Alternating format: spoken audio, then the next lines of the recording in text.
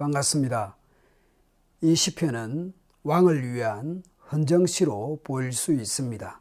이 시편은 사랑의 노래로서 왕과 왕후의 결혼식을 축하하고 인간왕을 찬양하는 내용입니다. 하나님이 찬양의 대상이지 인간왕이 찬양의 대상이 될 수 있는가라는 질문이 있을 수 있습니다.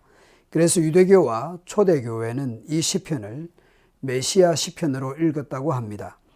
그 이유가 히브리서 1장 8, 9절에서 시편 45편 6, 7절을 인용했기 때문으로 보입니다.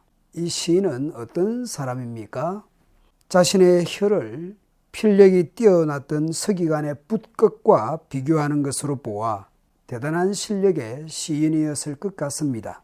그리고 왕의 아름다움을 말하는 것으로 보아서 왕실 내 사람이었거나 왕을 아련할 수 있는 위치의 인물로 보입니다. 시인은 먼저 왕의 입술에 대해서 언급을 합니다. 왕은 사람들보다 아름다운데 그 이유가 말 때문입니다. 말이 은혜롭다라는 것이죠. 말을 잘하는 똑똑한 사람이라기보다는 은혜를 머금은 입술입니다. 말이 논리적이면 좋겠죠. 설득력이 있으면 좋겠죠. 호소력이 있으면 좋겠습니다. 그런데 이 왕은 그 이상으로 말이 은혜롭습니다. 그래서 시인은 하나님이 왕에게 영원히 복을 주셨다라고 하는 것입니다. 그런데 왕은 군 통수권자입니다. 평소에는 은혜롭고 자비롭지만 군을 지휘하고 적과 전쟁을 해야 할 상황에서는 용맹합니다. 용사입니다. 용사여 칼을 허리에 차고 왕의 영화와 위엄을 입으소서. 왕은 진리와 온유와 공의를 위하여 왕의 위엄을 세우시고 병거에 오르소서. 왕의 오른손이 왕에게 놀라운 일을 가르치리이다. 왕의 화살은 날카로워 왕의 원수의 염통을 뚫으니 만민이 왕의 앞에 엎드러지는도다. 시인은 백성에 대해서는 은혜롭고 적에 대해서는 용맹스러운 왕으로 칭송합니다.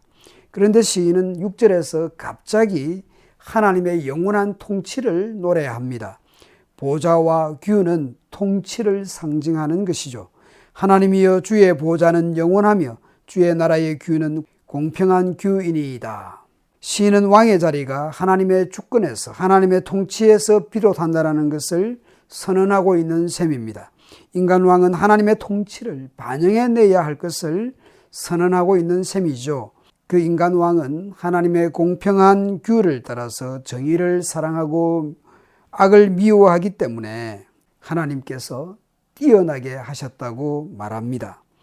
시인은 8절에서 왕복을 입은 왕과 왕궁의 분위기를 전합니다. 마치 화려한 결혼식을 상상하게 합니다. 왕의 모든 옷은 모략과 침향과 계피의 향기를 풍기고 상하궁에서 흘러나오는 현악기의 연주 소리는 왕의 마음을 즐겁게 합니다. 눈에 보이는 왕복과 향기와 또한 소리가 축제 같은 분위기입니다. 이제 시인은 왕후가 될 신부에게 시선을 맞춥니다.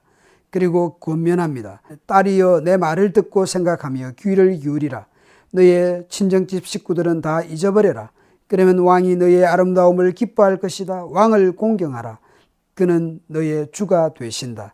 두로 사람들이 너에게 선물을 가져오고 부유한 백성들도 너의 환심을 사리고 할 것이다. 그리고 시인은 왕후의 영광을 노래합니다. 공주가 왕궁에서 모든 영화를 누리니 그 옷은 금으로 수놓았구나. 수놓은 옷을 입은 공주가 왕에게 이끌려가며 시중드는 그녀의 친구 처녀들도 왕에게 이끌려가리라. 저들이 기쁨과 즐거움으로 인도를 받아 왕궁으로 들어가리라. 왕실의 결혼식이 기쁨과 즐거움으로 가득할 때 또한 시인은 축원하고 축복합니다. 시인은 왕의 왕조가 계속되기를 바라고 있습니다. 그리고 세상 민족들이 만민이 영원히 왕을 찬양할 것이라고 축원하고 있습니다.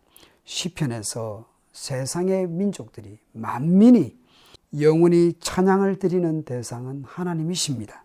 그러면 시인이 원하는 왕은 어떤 왕입니까? 인간 왕이 통치함에 있어서 하나님의 정의를 실현해내며 하나님의 공의를 반영해내기를 바라는 것이죠. 그리하여 만민이 인간왕을 칭송하게 되기를 바라고 있습니다. 그 인간왕을 통해서 살아계시는 하나님의 그 정의와 사랑을, 공의와 인애를 나타내기를 그렇게 축원하고 있는 셈입니다. 오늘 우리는 예수 그리스도 안에서 하나님의 자녀들이 되었습니다. 우리는 왕 되신 하나님의 왕자요 공주들입니다. 우리의 신분에 걸맞는 하나님의 인자와 공의를 실현해내는 그런 삶의 자리들이 되어야 하지 않겠습니까? 오늘 내가 살아가는 삶의 자리가 하나님의 그런 성품들을 나타내는 삶의 자리들이 될 수 있도록, 그래서 하나님을 믿는 성도를 칭송함으로써 또한 하나님께서 영광을 받으시는 우리의 삶의 자리들이 되면 좋겠습니다.